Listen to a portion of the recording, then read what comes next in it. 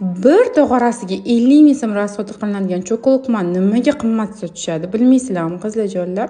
Keling uy sharoitida bugun qilib ko'ramiz. Buning uchun sut kerak bo'ladi. Sutni gazda eritib olamiz. Qaynoq qilib qaynoq sutda agar xamir qilsangiz oshib chiqmaydi va drojjelarni ochilganini ishlatsangiz ham oshib chiqmaydi. Xamirni qattiqroq qilib qo'ysangiz ham unda ham oshmaydi. Shu narsalarga e'tibor bersanglar, oshirma xamiringlar idealniy chiqadi. Yarim soatga xamirimizni olib qo'yamiz. Mana oxirsida yog'ni solaman. Xamir qilib bo'lgandan keyin yog'da bitta yaxshilab massani aralashtirib olsanglar, xamiringiz chiroyli va idealniy bo'ladi. Xamir yarim soatga olib qo'ygandan keyin shunaqa dumaloq qilib yoyib olib, agar sizlarda ham shunaqa любой baklashkani qopqog'i bo'lsa, shunaqa dumaloq qilib bir xilda qilsanglar bo'ladi va pishganda ham rosa chiroyli bo'ladi. Dumaloq bo'lib chiqadi. Sizlarga layfhak qizlarjonlar.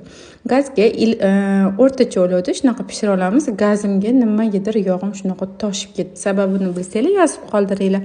Qaranglar, bir tog'ora bo'lib pishib chiqdi va ularning ustiga ikkita plitkaga shunaqa pemmirkini qaymog'idan ikkita katta qoshiq solib, gazda past olovda eritib oldim. Ko'pchilikni shokolad qotib qoladi. Shuning uchun qaymoq qo'ysanglar qotmaydi. Albatta tayyorlab ko'ringlar qizlarjonlar.